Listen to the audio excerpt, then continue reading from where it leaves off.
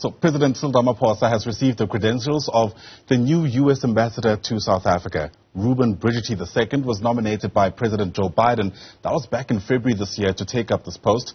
Ambassador Brigity's most recent diplomatic assignment was serving as the U.S. representative to the African Union, and he's now live to us in our studios for more on the path that lies ahead. Mr. Ambassador, good morning and welcome to Newzroom Afrika. Good morning. Great to have you on. It's an honor to be with you. Thank you for having me. All right, so what a task that you come from and what a task that lies ahead. But let's first discuss how we got here. The nomination, as I mentioned, from Joe Biden was back in February already. What went into your making the decision to take up the job? It's very simple. The president asked me to do this. I previously was serving as the vice chancellor of the University of the South in Sewanee, Tennessee. And around August of last year, the White House called me and said, the president needs you to go to South Africa. He wants to send somebody that he knows and trusts, who has served in Africa before and who's been an ambassador to Africa before, because he understands the vital importance of this relationship. And when the president asked, you say, yes, sir. All right. Had you been to South Africa before that? I've been to South Africa many times before. Right. I had previously served as the Deputy Assistant Secretary of State for Southern Africa, covering all of our embassies south of the Democratic Republic of Congo, to include South Africa. And then also as a private citizen, I used to sit on the board of the Africa Leadership Academy in Johannesburg, and I have many friends in South Africa, so I've been here many times before. All right. And it took a while before you had your first shisanyama, I imagine. Well, which took place in Midrand. I just had one last night. Yeah. So I've been in the country sort of 2 weeks, so I think it's not too long of a time. How was that? It was great. Yeah. I can't do it every day, then I get too fat, but it was fantastic. Right on, sir. That's the first diplomatic response. It typically is very much enjoyable, actually. I'll attest to that myself. But on a much more serious note, I mean, diplomacy today, arguably, is way more important than in our recent history, given what's taking place in the world. And, in fact, there are people who are worried that diplomacy, even at, a grand scale like at the UN, is losing its significance because of things like the UN's inability seemingly to stop Russia from invading Ukraine. I mean, among many other problems in the world. And what's your response to people who are worried about multilateralism not being as important perhaps as it should be? Well, I think there are a couple of ways to answer that question. First of all, diplomacy is as vital today as it's ever been. Diplomacy is defined as both nations and peoples engaging with each other in order to try to resolve conflicts and to become much better acquainted with each other. As you say, because the world is so much more complex now, that function could not be more important. As relates specifically to multilateralism, I think two things are true. The first is, what's the alternative? We simply have to find ways in multilateral fora to resolve all manner of very challenging issues that transcend simply the relations between two separate countries, whether that's issues of armed conflict, as we're seeing in Russia and Ukraine right now, or it's issues of climate, or it's issues of economic development.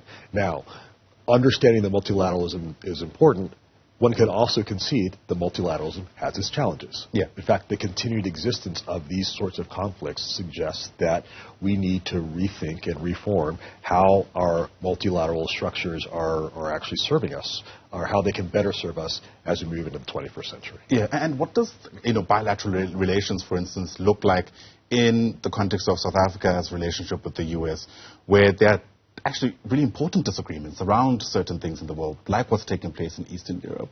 It's difficult, I guess, from the outside to reconcile how diplomacy continues to exist when countries sometimes approach these important issues in fundamentally different ways. Well, the fact that we have disagreements doesn't mean that the relationship is not important. I'll give you a very basic example. When my wife and I were first dating, like lots of young people in love, for a good 6 months, it was wonderful and charming, and then we had our first argument. And then we decided to make up, and then we continued dating, and now we've been married for 20 years and have two children, a dog, and a minivan. When we had our first argument and moved past it, that's when I knew we had a relationship. It's also very true in diplomacy, quite frankly. When you are able to understand the differences of an issue and then continue to move through it, you may not see eye to eye, but you understand the relationship is important and that you can come closer together on that particular issue set if you're committed to the relationship itself. That's why President Biden asked me to come here, because he understood the importance of the relationship and wants to continue to grow it going forward. Would you reckon the disagreements around Ukraine is an obstacle for you whilst you're here? It's not an obstacle. And I think that, in fact, we come, both Secretary of State Blinken recently had conversations with Foreign Minister Pandor.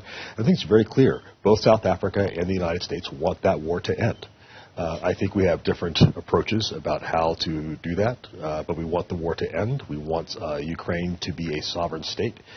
We want the security guarantees such that that war can never happen again. And the United States, as Secretary Blinken told Foreign Minister Pandor, is prepared for a diplomatic solution today. And we think that there are many ways in which South Africa can contribute to that solution. Yeah. Part of what also came out of those discussions between Secretary Blinken and Minister Pandor was, around the U.S.'s standing in Africa, as it were.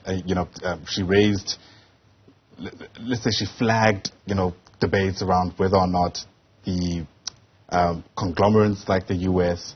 are in some ways competing for Africa against the likes of China, etc., and being very firm in South Africa's stance that they won't necessarily be on the receiving end of whatever kind of competition is taking place. How do you think that landed?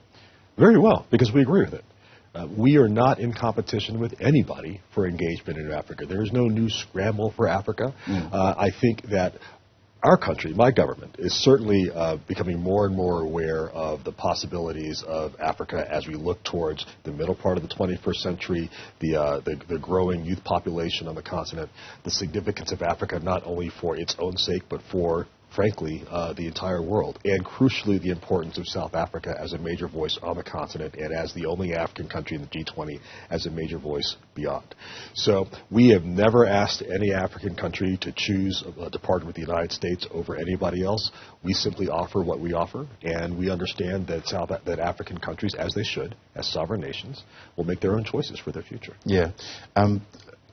Diplomacy in Africa post the Trump era, also comes with its own unique challenges, especially when you consider the choice words that Trump had in his own presidency when he described some nations on this continent. Do you reckon, and you've been with the AU before, so you must have been engaged in this kind of work even whilst he was president. Do you reckon that made things harder for you guys? The future is forward.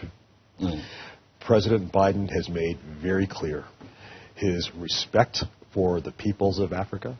As he sent me here, I committed to the U.S. Senate and also personally committed to President Ramaphosa that I am dedicated to practicing Ubuntu diplomacy. Diplomacy in a spirit of mutual recognition of our common humanity and our common dignity. And we will practice that in every aspect of our engagement with South Africa. And I suspect that it will also be animating President Biden's and the rest of our country's approach to Africa going forward. Sure. The future is about looking forward, but another idiom in Africa is around knowing where you come from so that you know where you're going. Yes. And this is part of the history that we enter with, at least in this context. And so I imagine there needed to have been some kind of work being done at the very least to clarify where the U.S. stands, despite what the former president had said. The former president is the former president. And we are clear about where we're going forward. And where would you say that is? Well, I think our respective presidents, President Ramaphosa and President Biden, have made clear in the context of South Africa what our bilateral agenda is, focused on 4 areas: health, regional infrastructure, trade and investment, and climate and energy. I would add 2 other things to that. One, I would add on the basis of our conversations of our respective foreign minister and secretary of state, a continuing conversation on what we call global affairs. So a continual bilateral conversation between South Africa and the United States on global matters beyond our bilateral relationship and even beyond Africa. Because as I say, we recognize the great importance of South Africa as a global voice. The final thing that I would add in my prerogative as ambassador is the 6th priority is education. I am a 4th-generation educator. My great-grandmother, my grandmother, my mother, and I are all educators. We understand deeply the significance of the power of education that transforms people's lives. We also understand the power of education, the necessity of education in South Africa to ensure that you have a workforce that is prepared to engage in the 21st century and that it is vital to address the 3 challenges that your president has articulated: the challenge of unemployment, the challenge of poverty, and the challenge of inequality. And I'm very much looking forward to working on that that particular sector during my tenure as ambassador. Yeah, that triple challenge sometimes manifests in significant ways if issues around climate change are not tackled, which is something else you mentioned. The name of the bill itself escapes me, but President Biden just signed a bill recently, or signed an act into law that paves the way in some instances for issues around climate change to be taken a whole lot more seriously. It was a bipartisan matter, and so it's a personal victory for him in some respects as well. Yes. Do you get a sense that, South Africa is doing much of the same, taking those kind of issues as seriously, at least from the time you spent in the country already? Certainly I think South Africa, as a global leader, recognizes the importance of climate and energy. We have, the G7 has articulated a new proposal called the Just Energy Transition Partnership, or JETP, and South Africa is the first partner in that, committing $8.5 billion amongst the G7 in order to help South Africa transform its energy generation capacity from one based on fossil fuels to more green approaches. We are completely committed to helping to do that. And we look to South Africa as a leader in that space. And in the United States, with regard to the legislation that President Biden just signed yesterday, I believe, it's the most significant climate legislation the United States has ever passed. And I think it's helping to recognize this global moment. As President Macron of France has said, there's no planet B. Yeah. So we simply all have to work together to preserve this planet for future generations. All right. Well, plenty, of course, still in store, I imagine. You had your first Shisanyama yesterday. Yes. Have you been able to identify any of your other favorite spots in the country yet? I'm not going to articulate any favorites yet in true diplomatic fashion, but I will say that I am committed to getting to all 9 provinces by Christmas. And look forward to enjoying many other aspects of this beautiful country. All right. We look forward to having you around. Thanks very much indeed for speaking to us. Really do appreciate it. The new ambassador to the U.S., the U.S. Ambassador to South Africa, I should say. That, of course, is Reuben Brigety II. Thanks very much indeed for your time.